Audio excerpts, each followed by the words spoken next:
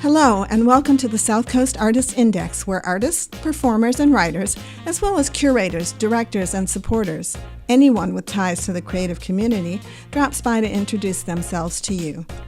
We'll talk about their beginnings, their vision, their passion, and so much more.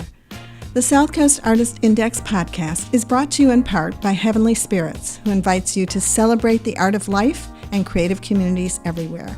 Learn more at heavenlyspirits.com. Hi, this is Ron Fortier once again with another episode of the In Focus podcast, brought to you by the South Coast Artists Index and supported generously by Heavenly Spirits Importers. And we are now approaching our 104th podcast, which is quite an achievement. And these podcasts are being archived. We're working in cooperation with the New Bedford Whaling Museum's Common Ground project, and you'll be hearing more about that in the upcoming months. So without further delay, I would like to have our guest introduce themselves and spell his name. Hi, my name is Mello, Davidmello.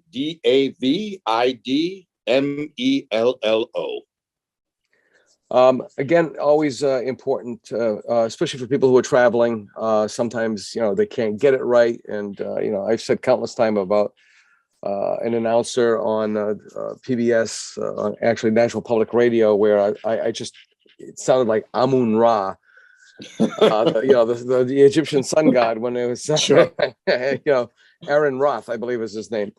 But anyway, and also too with Portuguese names, I forgot when that changeover was, especially in the Azores, where they started to what's the word? I don't want to say unify. They tried to get some sort of a system, because there were some names like de Mello would be spelled with one L in one place and two L's in another place, and Sure, yes. sometimes at a D apostrophe, it's Exactly, right. They tried to unify it a little bit. unify it, exactly. Yeah. So we know, well, you and I and other people who have been to your show, that you presently have a show, and even though this isn't a timely kind of a podcast,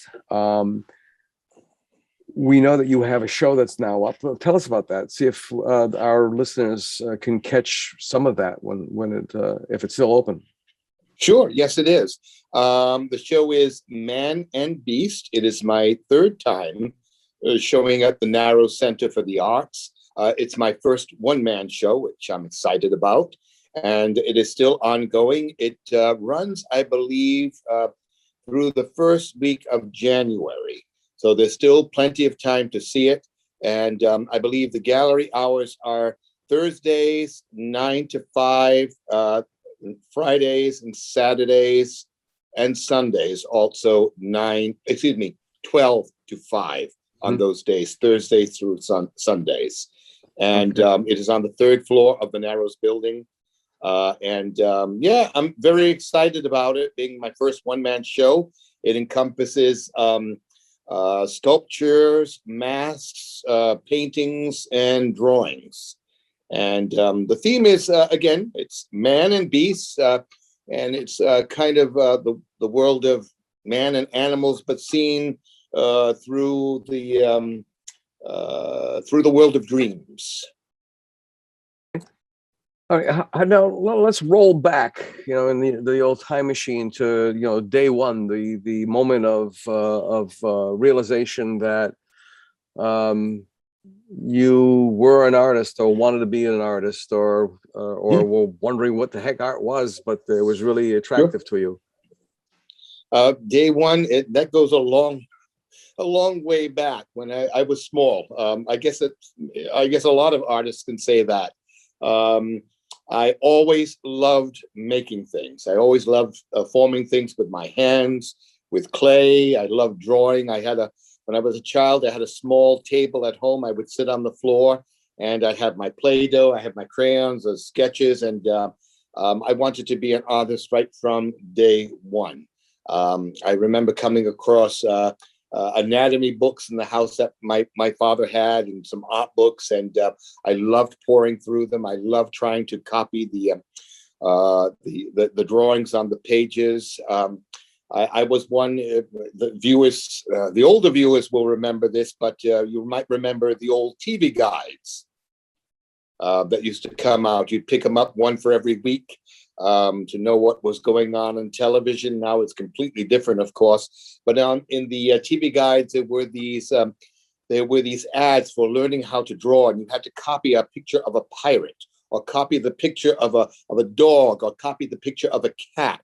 And that was a regular challenge for me. Every week I'd wait for the TV guide to come, look at that ad, and I would do my darndest to copy that image. So right from day one, I knew I wanted to be an artist, or some way just always be engaged in the arts. I was not interested in sports or anything like that when I was a kid, and it occupied my full free time.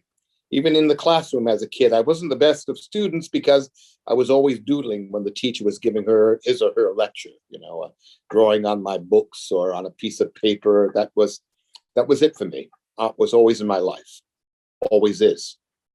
Oh, did you have those episodes where the teacher would take your drawings, or, Oh, to stop doing that or put it away? Or oh yeah, oh yeah, all the time.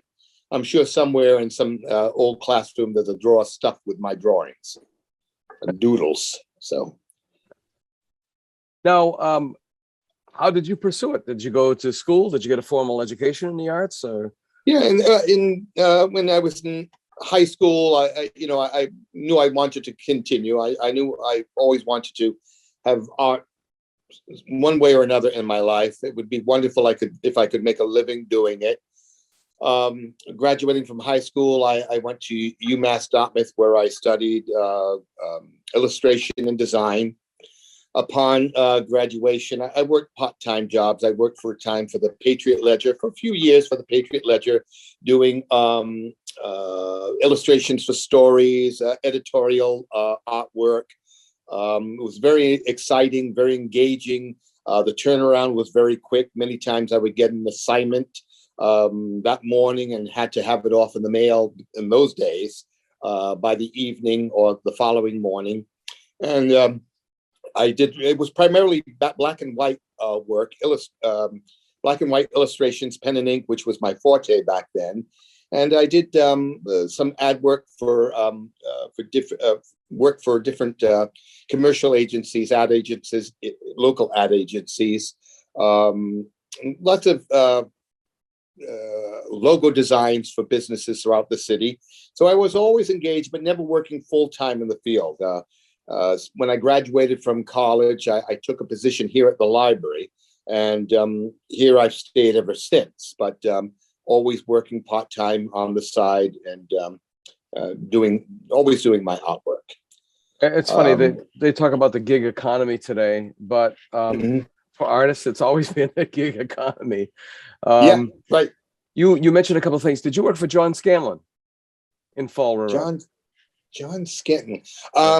No, but I was aware of him. No, I don't believe I did any work for John, because I know he had right on North Main Street. He had his. Yes, I don't believe I did. No. Okay, it was him, and then it was a graphic reproduction house on Rodman Street, I think it was, and it was upstairs. I can't remember the name, but we probably passed by, so to speak, because it was the same. I was in the same sort of. But yeah, I did. That's what kept me busy on the side for a number of years, and but always doing my own artwork on the side. And then I just got into fine art. That was where my true love always was. And going back well over 30 years, I met Ryland Brenner, and that was a serendipitous meeting, because I'd always had a love of masks. That was always a primary interest for me, and so I got to pursue that interest doing masks for the theater. He would always have me come in at least a couple of times a year to design masks for a particular show, and it would allow the kids to have experience working with something other than their own faces and taking on the persona of another character through the masks. And it was a different way for them to develop their acting abilities. And that was always exciting for me when I would go in and do these shows. And then from that, I just kind of developed, pursued my own mask making on the side, doing them for more decorative purposes. And that's when I really started delving really deeply into the fine arts through my mask work. And over the past 5 years, what's been a lot of fun for me is I got back into painting once again. And this particular show, Man and Beast, it's a good example of that. These are new pieces that I've done over the past 5 years, where I started painting in acrylic, and so it was exciting to get back into that because I had stopped it for over 20 years. So, did you ever run across Vinnie Lovegrove? Yes, Yes. Vinny and I know each other quite well. A very talented guy, musically and artistically. Just love his work. I love his puppetry, love his masks. Our paths cross quite often, as a matter of fact. Very talented guy. Now, when you were at University of Massachusetts Dartmouth, was it University of Massachusetts Dartmouth, or was it? It was SMU back then. Okay, yes. so Southeastern Massachusetts University. University, yes. Okay, and Barry was your illustration teacher, was he? Yes. Can't remember his first name. Yes, I can't. He opened up the first. I think it was the first greeting card company. Where was it? In some unusual place. I don't know if it was Hawaii or not, but yeah. I cannot think of his first name, but I can see him in front of me. Very slender man, the shock of white hair, the glasses. Very nice gentleman, very talented guy. We have his Christmas book here at the library, which is about, I cannot think of the mouse and the Christmas tree. But yes, he was my instructor, illustration instructor. There was what years, if you don't mind me asking, were you there? I graduated in I have to think now. I graduated in 83. Yeah, 1983. There just as the Swain School was being absorbed, or I believe it was, exactly. I wasn't a part of any of that. I kind of missed out on that because I think it was a very exciting collaboration after that. But no, I believe it was a couple of years after I had left that Swain became involved. Going into the advertising realm again, how many, and it is name dropping, and it is for the record, because there are so many artists. I just have a neighbor. Her name is Vivian Lewis. She worked as a graphic designer for Jordan Marsh for about 10 years, and then she became the head graphic designer for Bradley's department stores. And she's in the early onset of dementia. She's down from Philadelphia with her daughter to clean up their house, so to speak. The house has been sold, and her sister had been living there as well. She passed away in May. But we were dropping names like Milton Healy, who did all the illustration, actually the murals for Whites of Westport before they did their grand expansion. The Priscilla Room, and yes. Right, yes. And then you reminded me of John Scanlon, and but there were so many people who made a good living, were well known. And then the sad part about it, and that's one of the reasons for this podcast, is as they fade from memories, they fade from consciousness. Yes, you're right. Yeah, and unless you're able to go to a place where you can see a physical example of their work, that's true. It's kind of sad in that respect. I don't know if it's like this for all artists, but I know as far as myself is concerned, I want to be remembered. I don't want to be forgotten. I think that's why I do a lot of artwork. I produce a lot of work, and I have several murals here at the library. And you know, you don't mind if you yourself is forgotten. Now, let me say that. If I myself, but I want my work to be remembered, you know?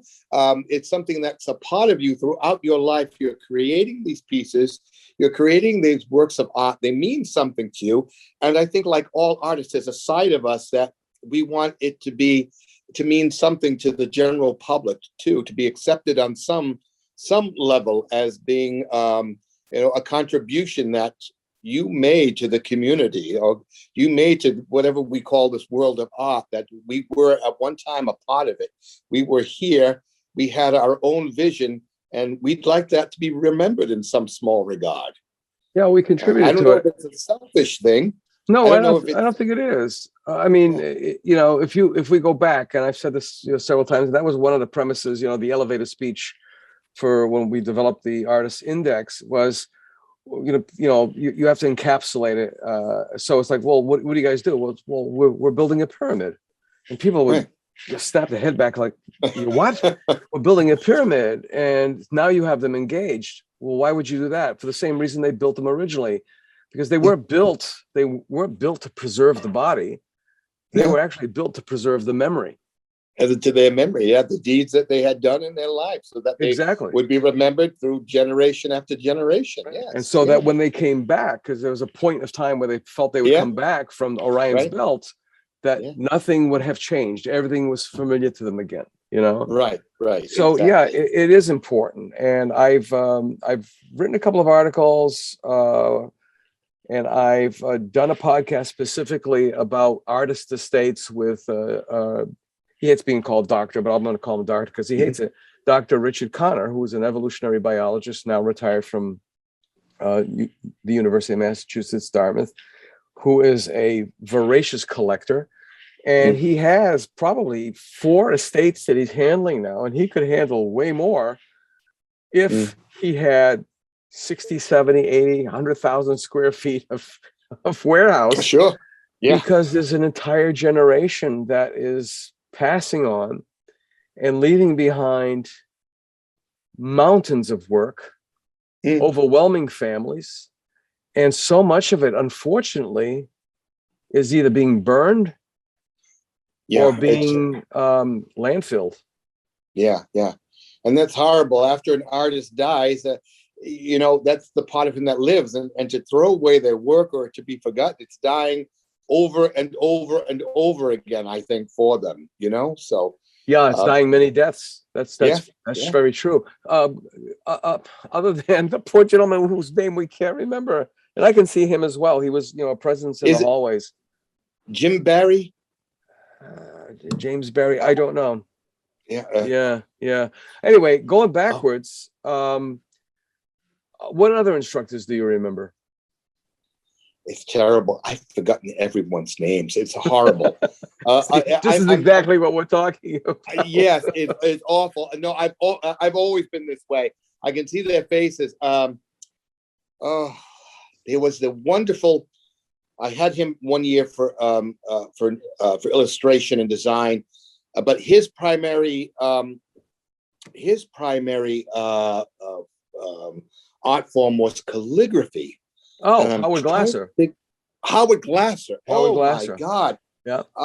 His work was phenomenal. Yes. And I remember he would do a lot of poster work for the university as well. And you know, I never had an appreciation for the printing and calligraphy until I met Howard Glasser. I mean, what a phenomenal talent he was. And so I did get to study with Howard. And I studied with Linda Catan, also a designer. And I studied with Peter Schickel for sculpting. Only had him for 1 year. What a fantastic, I'll tell you, what a fantastic sculptor he was and sculptor instructor. He really, he's one of the people who taught me how to see and taught me how to look at things. And not only the space that a physical form occupies, but the forms that exist around the shapes. And I never thought in those terms until meeting this gentleman. But he was a very thoughtful, very analytical, but not overly so, instructor. And I really gained a lot from him. As a matter of fact, he was tempting me to no end to pursue a path in sculpting, but I ended up going in another direction. But he made it very exciting. But oddly enough, from the work that I've seen of yours, the works it is sculptural. Yes, it is. Yeah. So he obviously was correct. Yes. Yeah.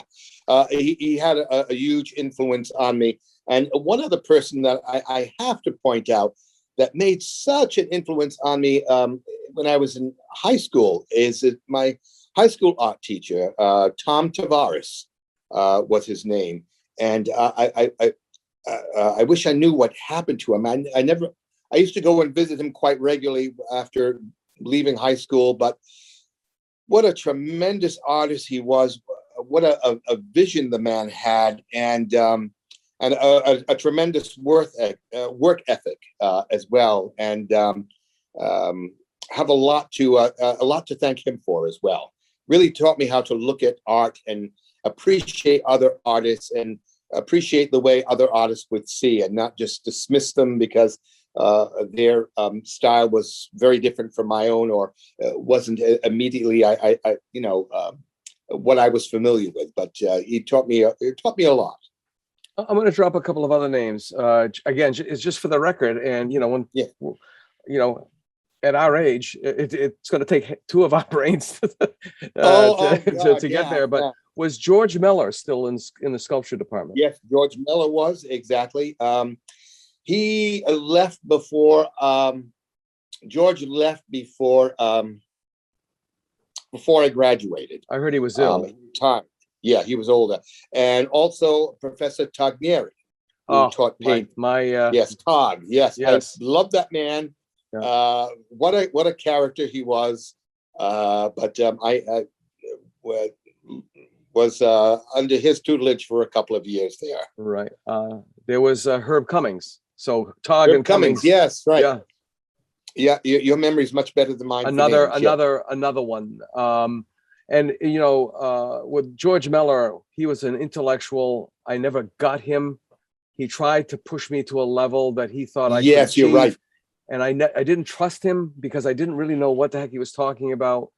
Yeah, and a book that I still have today from one of his classes called The Necessity of Art, A Socialist Approach by Ernst Fischer.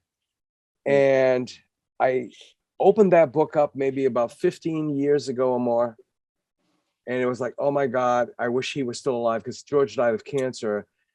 And I got a chance to, his wife came to an opening and she introduced herself and one thing led to another. I was like, oh my God, I have to apologize to him through you.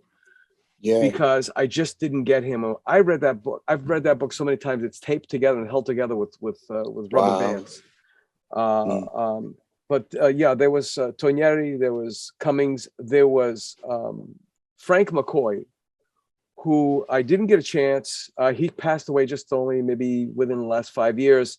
And he was on my apology tour as well, because he was always talking about big flat shapes. And he was from Kansas. And I thought to myself, what the hell else does he know? Yeah.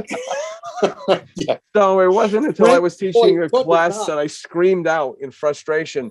I said, big flat shapes. Oh my God, I have to apologize to Frank.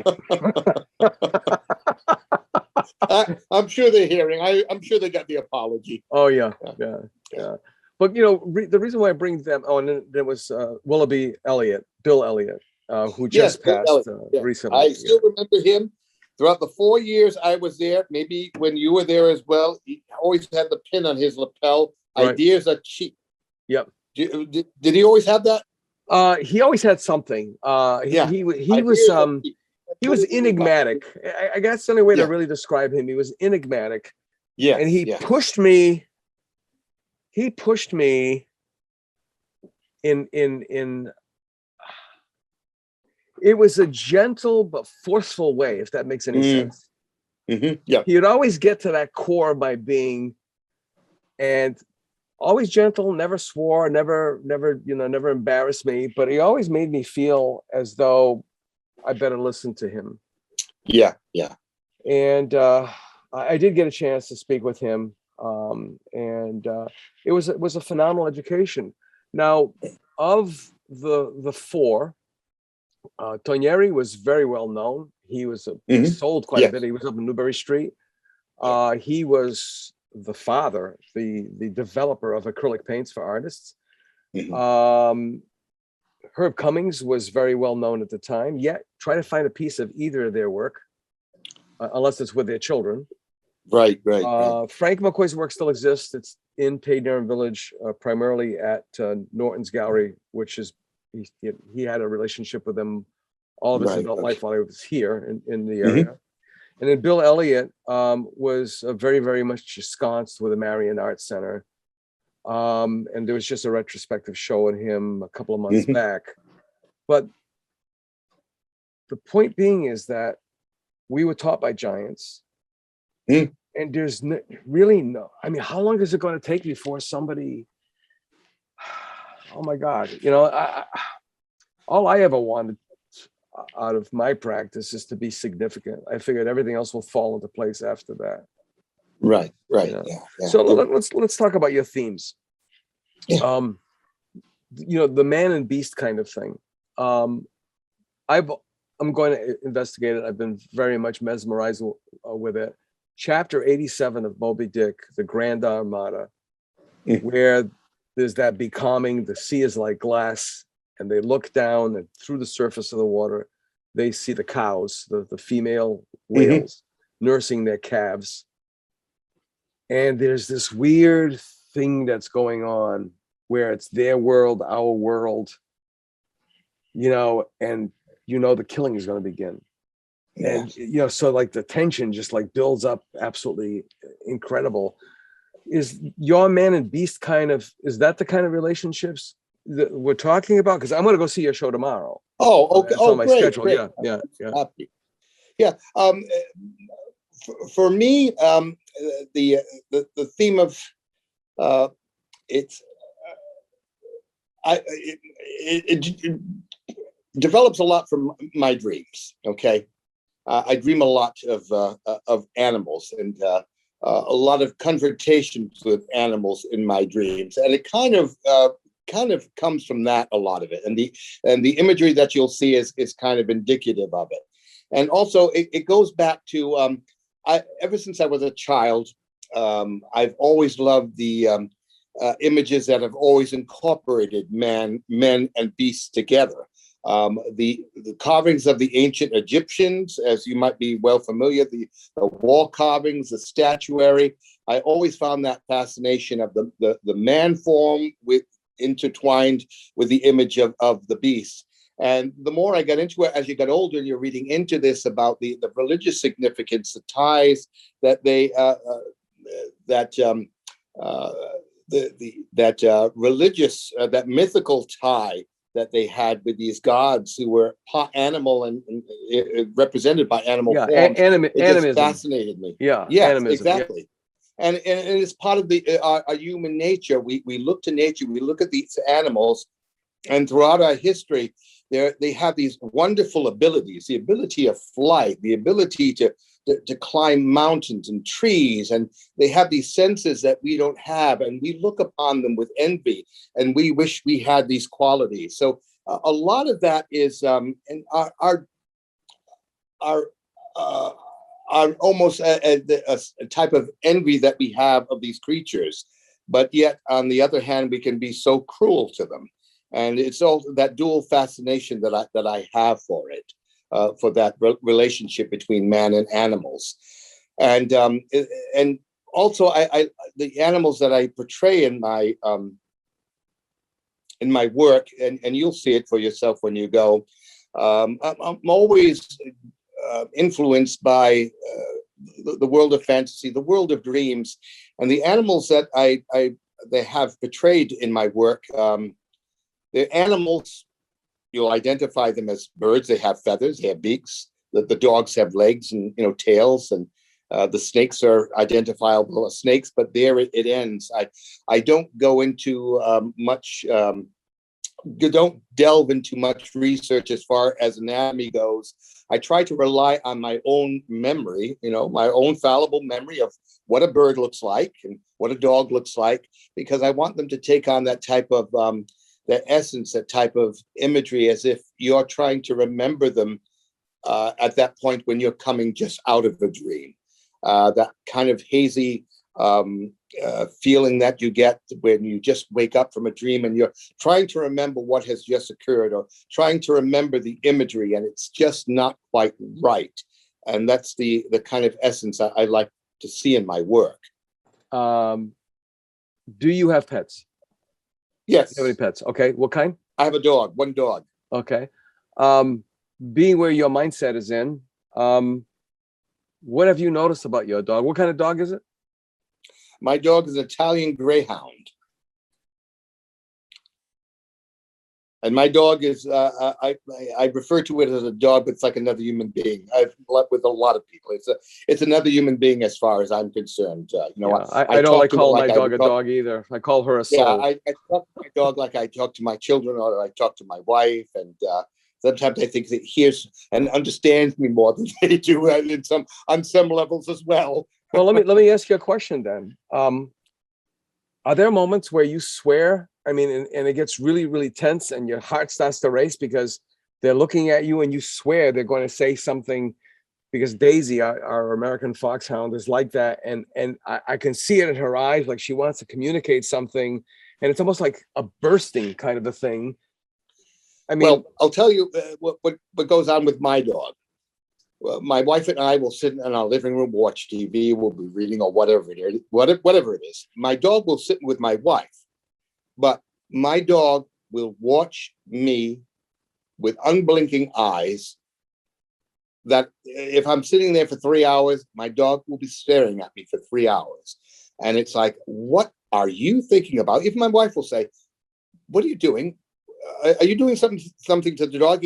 His sight hasn't left you. He's just staring at you. And I don't know what it is, but he just stares and stares and stares. And then I'll say something, what are you looking at? And then he'll come on over to me and engage me, and walk over to me. But he's like, I don't know what he's looking at. I don't know what he's seeing, or just trying to figure me out. But yeah, you wonder what's going on inside their heads. It's funny because as you were saying that, all of a sudden I realized, because going back to classes, going back to Tugnieri and to Cummings, they were my painting as well as my drawing teachers, and they would always say, you are looking, but you are not seeing.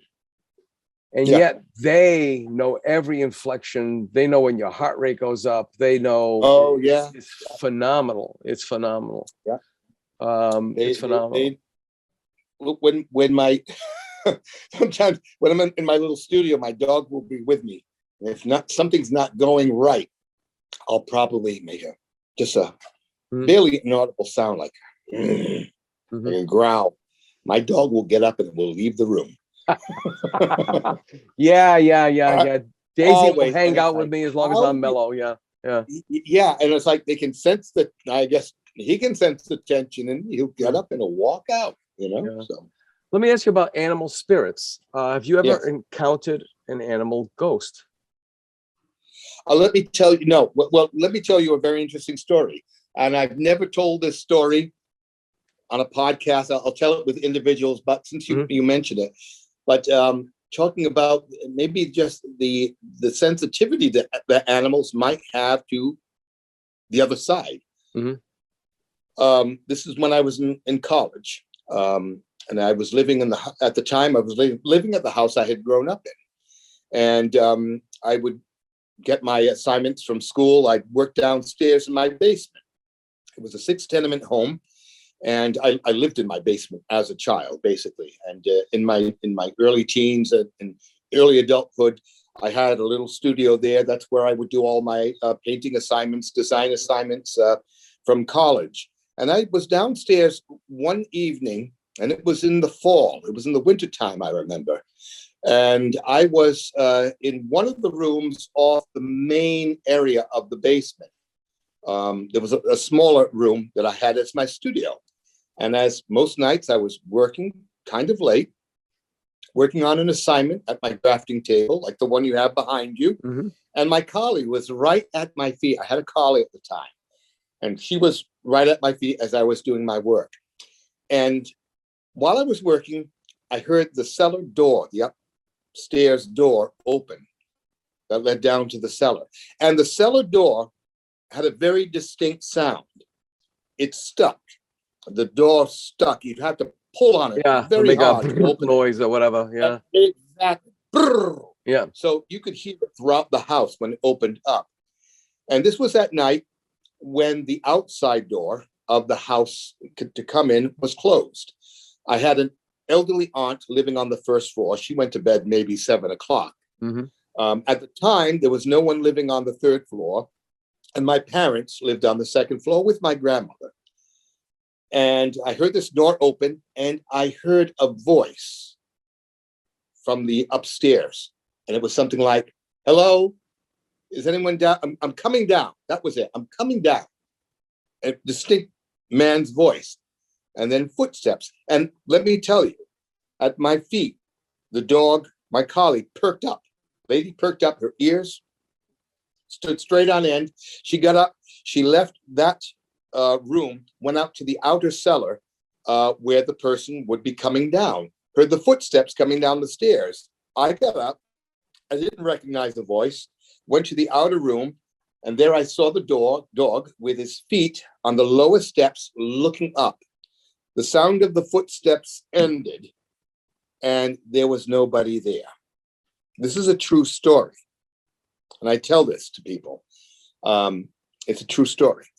And the dog was there, ears fully up in the air, expecting to hear someone. And there was nobody there. And I tell the story, I have the hair standing up on the back of my neck right now, as they did that night. And I immediately sense that this is not right. There should be someone there. I should be looking at someone at the bottom of the stairs at this time. And even the dog, you could tell it was befuddled. I ran like a bullet up those stairs. I ran until I got to the second floor. I raced into my parents' house, and I told them what was going on. I was shaken. I wasn't scared, but I didn't know what was going on. This was not normal. This was not right. There was nobody on the way going up the stairs either, all the way up. And I remember my grandmother coming out of her room, and I told her, she was there. She was listening to, what had happened. And she said, "You know what?" She said, "Don't be afraid." She says, "That's probably your grandfather. He was just like you. He lived in the basement. He was always doing something down there." And she said, he died before you were born. He never got to see you. So it's just probably him and his way of looking in on you. So it was nice to hear that. Yeah. And I remember my older brother who was there, and he said, "You're hearing things, you're crazy. That's ridiculous." He didn't want anything to do with it. I want to say about 2 months went by. We were both downstairs, my older brother and myself and the dog. We were in another portion of the cellar. Heard the cellar door open up again late at night. Heard a voice, couldn't make out what it was saying this time. Heard the footsteps coming down the stairs. The dog ran out to greet the footsteps. We both went out. We saw no one was there. We both flew up the stairs. And so he believed me after that, Yeah. Well, he kind of believed me, and he kind of pushed it off, the whole experience, but there was nobody there. But that's my only experience that I can say with animals and the other side. The other side, if you want to call it the other side. Now, does any of this experience come into any of your work? It always comes into my work. In my family, there are many stories relatives that passed on that made appearances later to other family members. Many stories coming from my father about his mother, and these stories were always in the back of my mind. I've always had a fascination for those stories. And as a storyteller, I've always geared toward sharing stories of the supernatural, sharing legends and stories of mythology that always focus on the world on the other side. And it always figures in my work. Now, do you have any familiarity, for example, with the mindset, the culture, philosophy of indigenous peoples, where I think you were kind of touching it on it before, where each animal possesses a skill, a talent, a power. Yes. That's the eagle, for example, in indigenous culture is the hawk. Yes. Of course, the falcon in the owl. Yes. The Egyptians, the owl. So birds have a very, very powerful symbology in many cultures around the globe. Yes. In many different legends, the birds were the bringers of fire to the early people. The raven and the crow in the legends of the Northwest Pacific Indians, like the Quakiutls. It's the legends of the thunderbird, these magnificent birds that flew through the heavens. They created the rain. When they would flap their wings, when they blinked their eyes, it brought about the thunder and the lightning. And these were birds, the creatures that were to them were not myth. They were actual animals. They were connections, ways of us on this world connecting with the spirits, with the gods on the other side. And many of the animals in nature were looked upon as being sort of like emissaries to the gods or the spirits of nature that we don't have a direct connection with. They were the emissaries. They would bring knowledge of the other side to people. They had that connection with the secrets of nature, of secrets of the gods, and that is why to this day many civilizations in costume, in body decoration, it's with these images of animals and birds. We see them in the eagle dancers and the Hopi snake dancers. There's always that homage given to nature through animals, realizing that we could not survive without their guidance, that guidance that comes from the other side. I want to try to meld these two things now. You talked about your spiritual experiences, or experiences that you could try to use logic to figure out what caused it, the possible spirit of your grandfather. And then now with birds, and had a friend who he and his wife, they lost their young son tragically, quickly, unexpectedly. All those words. And there's been a lot of signs, and it gets people to share their past experiences. I've heard people say, okay, I'm not a religious person. I wasn't even spiritual up until that point, but my younger brother, this is a colleague I had at UMass, passed, and this cardinal popped out of nowhere. I can't remember the first time I saw a cardinal, never mind the last time. And this cardinal was there acting very unbird-like, like cocking its head and listening to the many stories like that. Yes. A friend of mine who was completely infatuated with Jonathan Livingston Seagull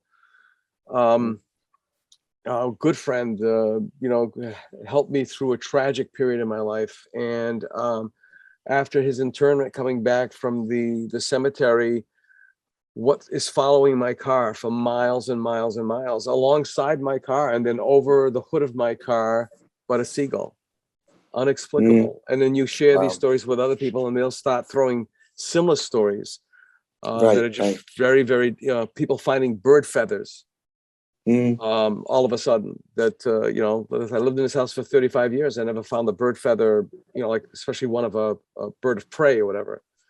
sure, right, right. So this man and beast thing, your ultimate goal, is it, you did speak about, people have to be a little bit more respectful of animals. I mean, Mhm. I can't watch those commercials. When I hear those commercials of those abused animals, I just have Yeah, to shut it yeah, off. yeah. It bothers me.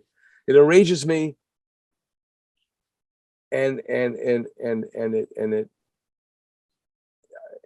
I'm too sensitive to, there's nothing I can do about it. I mean, right then and there. I mean, reaching into my wallet is not doing anything. Yeah, yeah, yeah. Yeah. It's just a mindset that you have to have, and there are a lot of birds. You'll see several birds in the show. You'll see several fish in the show, and you'll see these birds, and when you look into them, you'll see human faces hidden in them. And it's just my way of saying that we occupy the same world, and it's a small world. And just like people in general, we have to see ourselves in these animals. We have to see ourselves in each other if we're going to survive on this planet. What we do affects each other, and there's just and it's you hear it now in everything. It's just almost like a battle cry. It's just respect and tolerance for each other, and just for the world in general. This is what we have. This is our island. This earth is our island, and we have to take care of it. We have to take care of each other, and so we should see ourselves in everything around us in order for us to just appreciate what we have, and to appreciate the world around us. And it's so easily to just forget these things, to just be be self-centered and just to live in the moment. But we should occasionally be reminded that we're all interconnected. And it's one of the things that I try to show in a way in the show. You'll see images of these animals, and there's attributes of ourselves in it. I want people to look at these birds, see the images of our faces in it, see ourselves in these animals, and in these creatures. Now, have you ever had any compunction to write stories based on these creatures that you've created? I mean, there's backstories to them. There's side stories to them. Oh, There's, yes, yeah. These are, and that's the other thing I love. These are, and there are some mythological creatures in the show, and myth and folklore has always played a major part for myself, as well as for all artists and all writers. We're so indebted to these wonderful legends and these myths that people have. They're our world heritage. They're passed down from generation to generation, and I like to interpret them in my own way, visually. And but no, there are so many wonderful stories about amazing creatures from all sorts of different lands, and you'll see some of them in the show, like the manticore from Middle Eastern mythology that's represented. I have, of course, the phoenix from Persian folklore and myth. There's various types of chimera that you'll see in my show, but they're just fascinating amalgams of different creatures from the world, and also from man's imagination. I love mythological animals. I've never been compelled to be a writer. I don't consider myself I mean, it was a thought because I mean, there's a possibility there, or even collaborate with someone who is a writer who could really pick your brains. But I'm thinking back on my, 40 years is my father's name. It's a French name, French Canadian name. But my mother is Portuguese, and I'm trying to think of Luso culture, Iberian culture.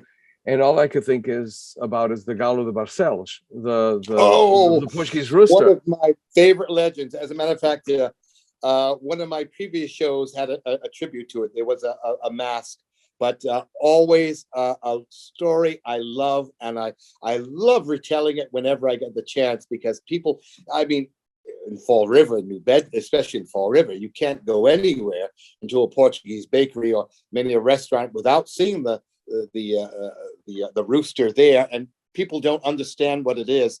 So I always look for the opportunity to educate the public when it comes to the Barcelos rooster.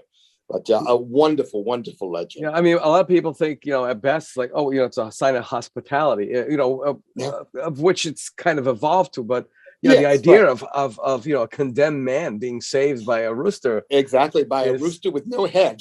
Yeah. Now, going back to a couple of pieces that I've seen of yours, that Chuck Boucher, a mutual friend of ours, and your longtime, almost childhood friend, that he posted. I believe it was a man coming out of it looked like a codfish or a nondescript fish. I mean, his head was coming out of the mouth of the fish. Right. Yes. That brings up the whole fable. The ghost fish, yes. Ghost fish. Yes. Okay. Could you elaborate on that? Well, there are many different levels to it. One of that was from a show from about 6 years back. That was all marine life, starfish, fish, octopus, in which human faces were incorporated. And horseshoe crabs. I have a fascination for horseshoe crabs, and you'll see them in the show. And it all began with a horseshoe crab for me, receiving a horseshoe crab shell from actually Ryland Brenner. He handed it to me and said, "Here, make a mask of this." And I just dismissed him. I took the horseshoe crab shell, threw it in my back garden in my backyard, stayed there for 3 years. And then I was doing some gardening work. I came across the shell, and I'm looking at it and said, "Oh, there's a face in there." So I have a fascination with pareidolia, seeing things in tile floors and carpets and in ceilings. I'll be staring into walls, and people will think I'm in a daze, but no, I'm seeing things, making out patterns. But it kind of developed from there. But also just my fascination with, again, animals and also life after this life. What happens to us when we die? Will we come back as a fish? Will we come back as a dog? So it kind of ties in with that as well. And it's just my a way of playing with dreamlike images as well. But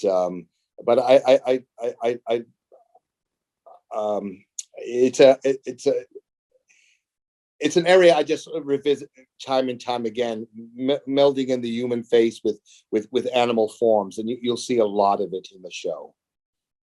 So we're going to start wrapping up the show, but I want to close it with asking you this one question.